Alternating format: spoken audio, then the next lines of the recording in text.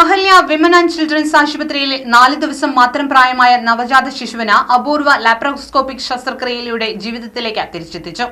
എന്നുവെച്ചാൽ സാധാരണ കുട്ടി ഗർഭപാത്രത്തിൽ വളർന്നു വരുന്ന സമയത്ത് തന്നെ ഈ കുടൽ വളരുന്ന രീതി തെറ്റായിട്ട് അത് ഡയറക്ഷൻ തിരിഞ്ഞു പോവുകയാണ്. അപ്പോൾ തിരിഞ്ഞിരിക്കുകയാണ്. അത് മാത്രമല്ല, ഇത് വല്ലാതെ ടൈറ്റ് ആയിട്ട് തിരിയുമ്പോൾ എന്താ സംഭവിക്കുക വെച്ചാൽ അതിലേക്ക് പോകുന്ന രക്തോട്ടം കുറയും.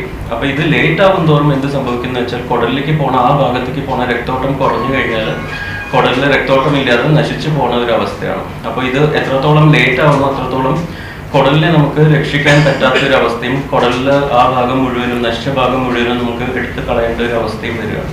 അപ്പൊ അതുകൊണ്ട് ഇത് വളരെ ഒരു എമർജൻസി സിറ്റുവേഷൻ ആണ്. അപ്പൊ കുട്ടി വന്ന ഉടനെ സ്കാൻ എടുത്ത് ഇതാണെന്ന് കണ്ട് ഒരു 2ാമത്തെ മണിക്കൂർ തന്നെ കുട്ടിയെ സർജറിക്ക് എടുത്തു.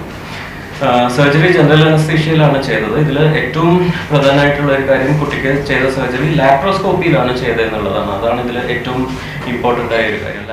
4 ദിവസം പ്രായമായ നവജാത ശിശു പിത്തരസം ഛർദ്ദിച്ചതിനെ തുടർന്നാണ് അഹല്യ ആശുപത്രിയിലെ നവജാത ശിശു തീവ്രപരിചരണ വിഭാഗത്തിലേക്ക് ചികിത്സയ്ക്കെത്തിയത്.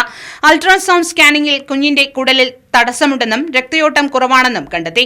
അടിയന്തര ശസ്ത്രക്രിയയിലൂടെ മാത്രമേ കുഞ്ഞിന്റെ ജീവൻ വീണ്ടെടുക്കാനാകൂ എന്ന് കണ്ടെത്തിയതിനെ തുടർന്ന് സീനിയർ പീഡിയാട്രിക് സർജൻ ഡോക്ടർ മുത്തുലിംഗം കുഞ്ഞിനെ ലാപ്രോസ്കോപ്പിക് ശസ്ത്രക്രിയയ്ക്ക് വിധേയമാക്കി.